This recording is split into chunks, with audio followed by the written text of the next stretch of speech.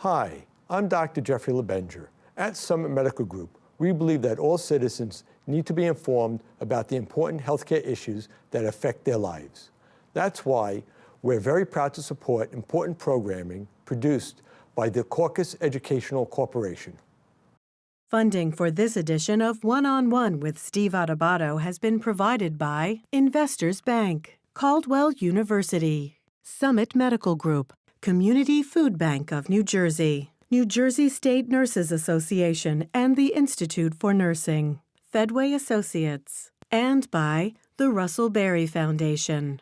Promotional support provided by NJ.com, Small News, Big News, True Jersey. And by HipNewJersey.com. Live hard, work hard, play hard. You're from New Jersey, and so are we. This is One-on-One. I'm an equal American just like you are. The jobs of tomorrow are not the jobs of yesterday. Look at this. You got this? Here it is, man. Look at that. Life without dance is boring. When you first heard that they were doing Charlie Rose and Gayle King, didn't you go, what? Do you enjoy talking politics? No. People call me because they feel nobody's paying attention. Our culture, I don't think, has ever been tested the way it's being tested right now. Such a good question. High five.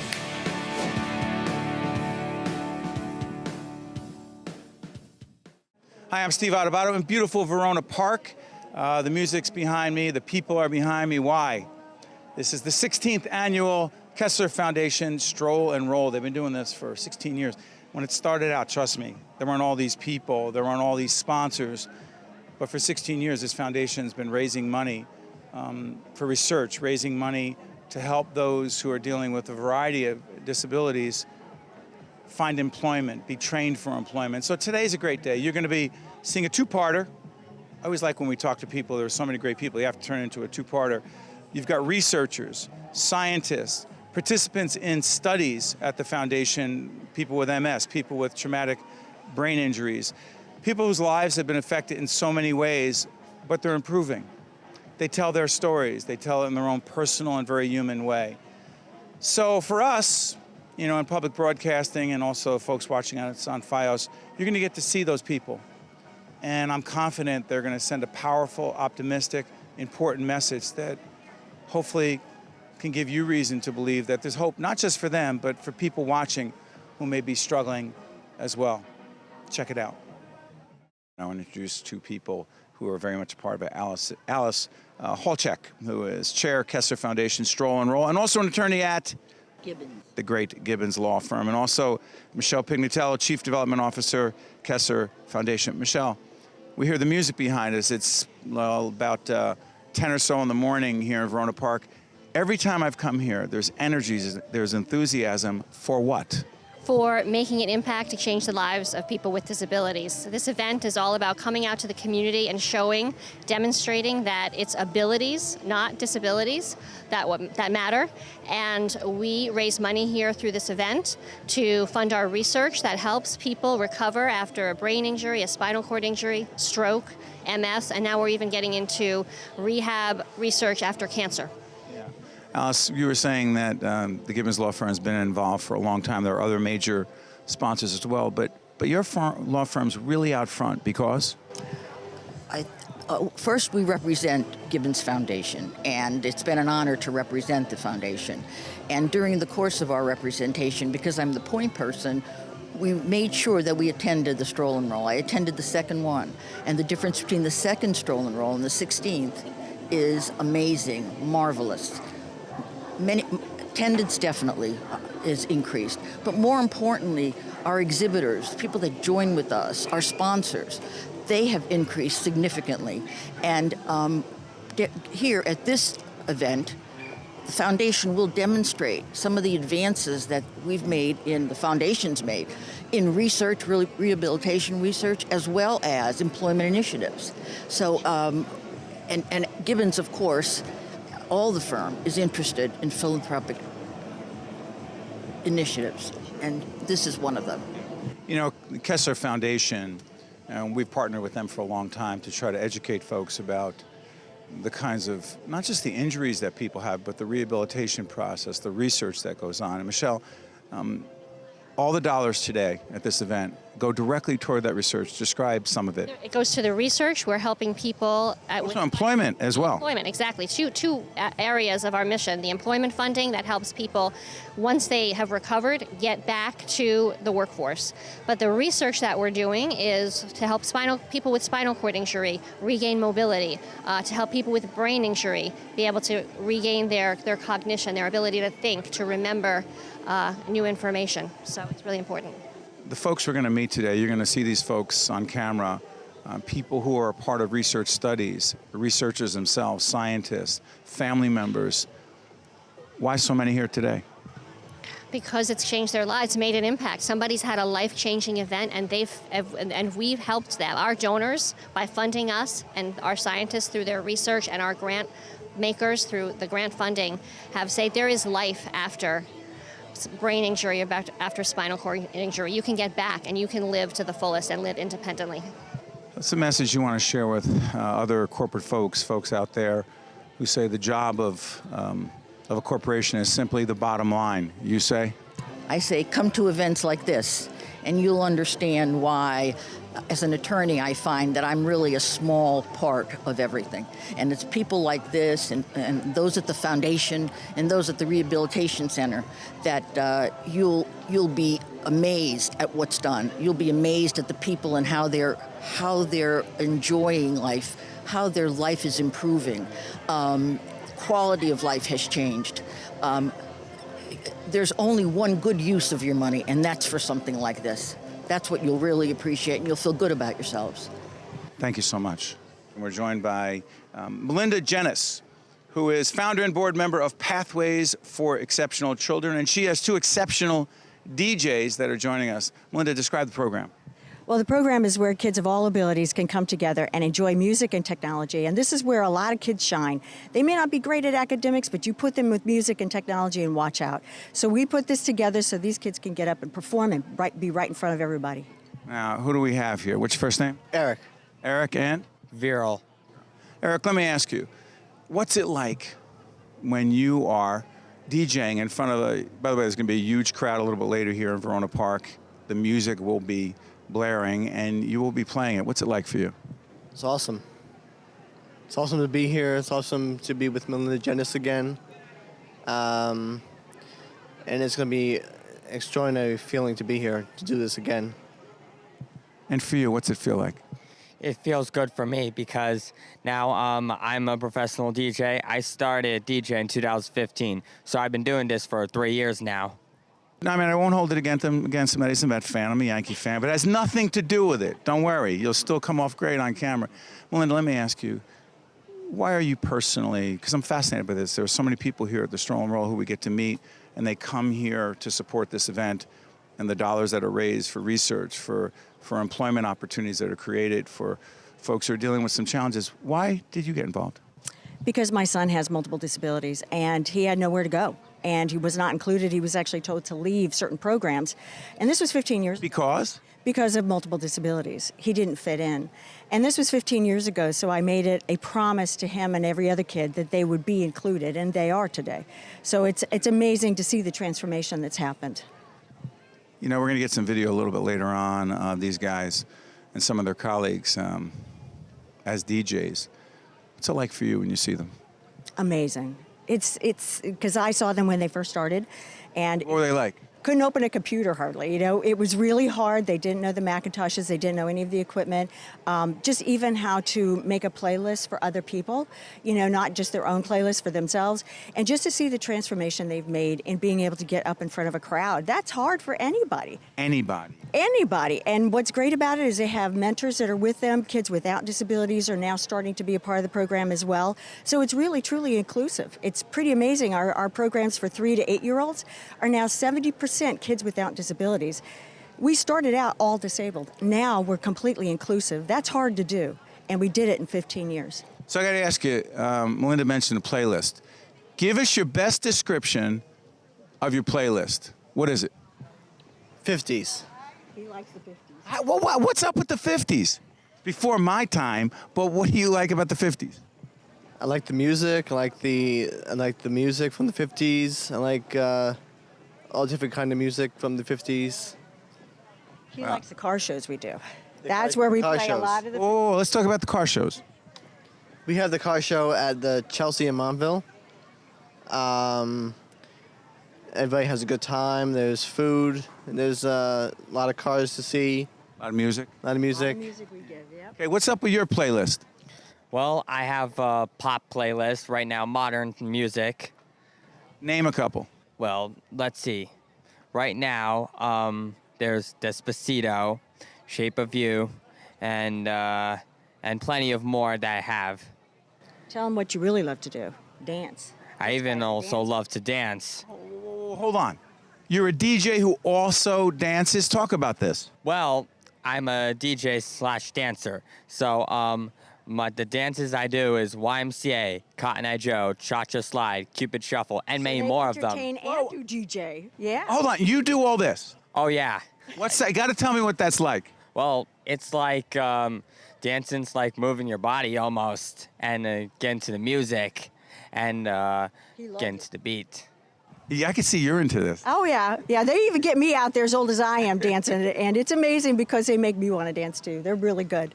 Yeah. They're really good. Well, these are just some of the terrific people that we're meeting here at the 16th Annual Stroll N Roll. And I want to thank all of you for joining us. It's a great program. You have terrific DJs, and we can't wait to hear the music. Thanks so much. All right, thank you. Thank you. To see more one-on-one with Steve Adubato programs, visit us online at steveadubato.org.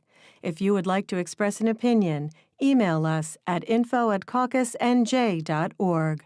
Find us on Facebook at facebook.com/Steve Adubato Ph.D. and follow us on Twitter at Steve Adubato. So I decided after seeing my friend Dr. Gail Forrest, who's dressed down like everybody else, I got rid of that tie and dressed more appropriately. So Dr. Gail Forrest is Associate Director of Human Performance and Movement Analysis Research at Kessler Foundation. Gail, great to see you talk about this great event. Yeah, it's a wonderful event. I mean, it's a great event for people with disabilities. It's a great event for us to show what we're doing in our robotic exoskeleton research, and we're going to do a demonstration today. Talk a little bit more specifically. I've been with you and your colleagues many times, but talk specifically about your research. We're doing a lot of research. We're doing a lot of research both in spinal cord injury, stroke, even starting research in multiple sclerosis, looking at the effect on people walking with exoskeletons. Those people who can't walk, what is the effect when they start to walk with an exoskeleton? For example, what is their effect on their mood? What is their effect on quality of life? What is the effect on physiological events such as cardiovascular, muscle, bone? How does that change for people that don't walk, and if they do, walking in the exoskeletons? As well, we are also looking at, for those people, can we recover walking ability? Can we recover walking function for people? So we're looking across the spectrum. So, by the way, as you listen to the doctor talk about this, the exoskeleton, we're going to show some video of that. But describe it for people as they're literally watching it on camera right now. What is this? A device is not the appropriate name for it. What is this?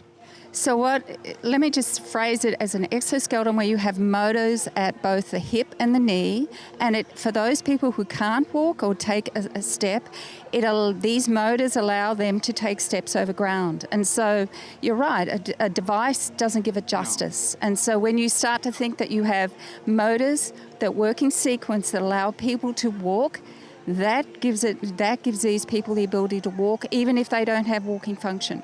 How'd you get into this research?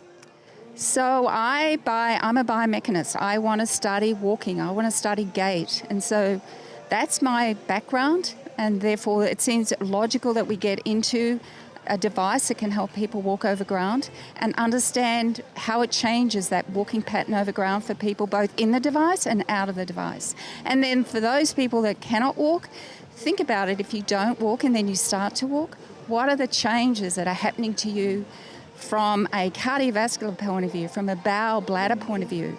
It's a very powerful device. It's life-changing. Life-changing, again, simple but true, very life-changing. And I don't think we give it justice. just the mood changes. Now people are... What do you mean mood changes? Well, they're walking over ground, right? And they're upright and they're walking, and you're going to speak to a person in a moment who walks, and she's done a lot of training, and she will go through that. It gives a tremendous feel to start walking over ground. You know, you're involved, talk about innovation. We've done some work at NJIT, New Jersey Institute of Technology, and they're very engaged in innovation. You work with them as well. We do. We have got a Rehabilitation Engineering Research Centre grant with them, and so we do a lot of work looking at a new type exoskeleton, as well as they're involved with our existing research. What do you mean new type? I mean to allow someone to do more? I don't understand that. Well, all of these exoskeletons have been around since, I think, we've been looking at it for 2011. And so the changes in these devices, for example, the changes now with the exoskeleton, you can actually reduce the amount of work that the motor is doing, and you reduce the amount of that the robot is doing to facilitate walking over ground. And if the person has some muscle function, they can then start to contribute to that. And so looking at development of exoskeletons is a very progressive area of research, and they're involved in that. How proud of you to be a part of this event on this day for this cause? Oh, I think it's groundbreaking. It's enormously fulfilling, personally fulfilling. Not only the science is amazing in terms of where we're going, but the human element as well, and what we're doing with people with disabilities. And again, you're going to be speaking to someone and you'll see the tremendous feeling that they get when they walk in these devices. So I think the science is critically important, but I think it's also how that person feels being very important as well. Thank you, Doctor. Okay. To see more one-on-one with Steve Adubato programs, visit us online at steveadubato.org. If you would like to express an opinion, email us at info@caucusnj.org. Find us on Facebook at facebook.com/Steve Adubato Ph.D. and follow us on Twitter at Steve Adubato. I want to introduce you to a very special person I met just a few minutes ago and who has a powerful story to tell. Her name is Rosalie Hannigan. She's a spinal cord injury participant and member of the Stroll N Roll Committee. And first of all, thank you for joining us. You're welcome. Thank you for having me, and it's a pleasure. Yeah. So your life, like so many others, you're busy working, I believe, in a bank in New York a while back, and you're down the Jersey Shore, and you're on vacation body surfing. Yes. What happens? I rode the wave, and then when it brought me in land already at the beach, where the water breaks, I was getting up on my knees when another wave came and hit me from the back. So I tumbled over, feet went up, and then when I landed on my back, when I tried to get up, I cannot get up anymore. I broke 2 vertebrae in my neck. So basically I broke my neck and I was instantly paralyzed. And no one can take me up because I was dead weight. The lifeguard has to come and get me, synchronically, I say in synchrony, because they don't want anything more to break on me. So that's all I'm doing. I'm just having a fun time at the beach. And my family was there, all of us, because I'm afraid to go in the water by myself. But then I did that, and then I've always been doing it for a long time, too. I love doing it. And that freak accident just happened. And so today... Turned my life around. Yeah, it did. And you were telling me before, and you're actually in the robotic exoskeleton that we talked to some of your colleagues, some of the researchers. Gail was telling us just a few moments ago. Describe, and we'll take a shot of this so people can see it, describe this exoskeleton and how it's changed your life. Well, the exoskeleton, as you can see, is attached to my body, and it's programmed to walk me. That's to learn to walk again and make it stronger. At first, when I started with this program, the machine is walking me. They have it like at maximum assist, and every step that I make is made by the machine, so I just go along with it. But after a while, or should I say, and that's about 8 months, by the end of 8 months, or 7 months as a matter of fact, I've gotten so stronger from this machine that they had a program that says free walking and free in the support. In other words, if they put it right now in free walk, my knee will buckle a little bit because it's not supporting me anymore. Right. And then I start walking with it, and then when I walk with it, meaning I'm walking it, not that it's walking me. You're doing more of the work. Correct. I'm doing more of the work, and they even put high resistance. Describe for folks what that means, high resistance. High resistance, like every step I make, it's supposed to stop me. It's supposed to resist my steps. It's like having weights on your legs when you're walking. But it's the whole robot. I don't know how many pounds this robot is. So I'm carrying it on my back, I'm walking with it, and yet at the same time, it's resisting me not to take the step, but I move it anyway. And I've gotten stronger from that, and after that, I have been walking outside the robot. You have? Yes. What's that like? It was amazing. It was amazing. That's something I can never think of. I have gotten stronger from therapy from Kessler. I've been going for therapy for 5 years now. It's been 5 years since my accident. And with the robot, I've really seen a lot of progress in myself, a lot of stride. The fact that I can walk out with it, because after the robot, for 1.5 hours, I'm walking in it, they take me out of the robot and they make me walk by myself. At this Stroll N Roll, we're meeting lots of different people who have experienced some very challenging, to say the least, injuries. I see you today, and in this interview, I've interviewed thousands of people. I don't think I've ever seen a bigger smile on someone I've interviewed. Why are you smiling so much? Well, because this now really turning my life again. As it turned out badly 5 years ago, now it's turning good for me. The fact that I can just stand up like this and see, I didn't even know that she's supporting me. She's not supporting me. And I'm standing with this robot. It's amazing. You can walk with it, as a matter of fact, but my training was for me to walk out of the robot. That's the training, I'm not mistaken. I'm the first one they have tried it with, because this is supposed to be for someone to be able to walk, go outside, if they cannot walk. You're pretty tough. But I gotta be. And I gotta be. Describe your family. Oh, my family. I have a husband and 2 children. When I had my accident, my son is only 3 years old. And my daughter is about 10, turning 11. So they need me. They still needed me. So since then, through the help of Kessler, therapy and the foundation with all the researchers they've been doing, I've been participating. And because I need to really be able to move and walk and go around. For my children, they're still young, they still need me. Yeah. I'm not telling you anything you don't know, but you know that for a lot of people watching you right now, you are a role model, you're an inspiration, and you give a lot of people hope. You know that, don't you? Yeah. So give them hope, give them more. Yes, exactly. There's always hope. This is what I'm trying to show here is having paralyzed is not easy, and it seems like the end of the world. When I first experienced, like, what am I going to do now? How can I do things? Because I actually, as a matter of fact, I'm a quadriplegic, and you might not even notice it. I didn't realize that. I'm quadriplegic because my level of injury is C4, C5, which is higher up in the cervical, and from that level, everything got paralyzed. We're talking about from the neck down, I was paralyzed. And yet, I did come out moving out of Kessler 5 years ago, but not enough strength, not enough. I don't even know how to walk, actually, as a matter of fact. You really lose all your ability. It's amazing. And sensation. And you've come such a long way. Yes, I have. Thank God. Praise God. I can go up and down the stairs now, too. and stand up.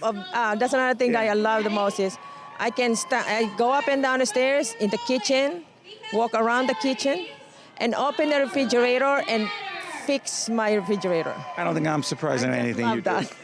Thank you so much. You're very welcome. Thank you. It's my pleasure. To see more one-on-one with Steve Adubato programs, visit us online at steveadubato.org. If you would like to express an opinion, email us at info@caucusnj.org. Find us on Facebook at facebook.com/Steve Adubato, Ph.D. and follow us on Twitter at Steve Adubato. One-on-One with Steve Adubato has been a production of the Caucus Educational Corporation, celebrating over 25 years of broadcast excellence. Funding for this edition of One-on-One with Steve Adubato has been provided by Investors Bank, Caldwell University, Summit Medical Group, Community Food Bank of New Jersey, New Jersey State Nurses Association and the Institute for Nursing, Fedway Associates, and by the Russell Berry Foundation. Transportation provided by Airbrook Limousine, serving the metropolitan New York, New Jersey area. I cry when I'm hungry because it's really hurtful to my stomach. When you feel sad that you don't have food, like at the table. I feel weird because my tummy starts grumbling. Sometimes all that makes you feel better is food.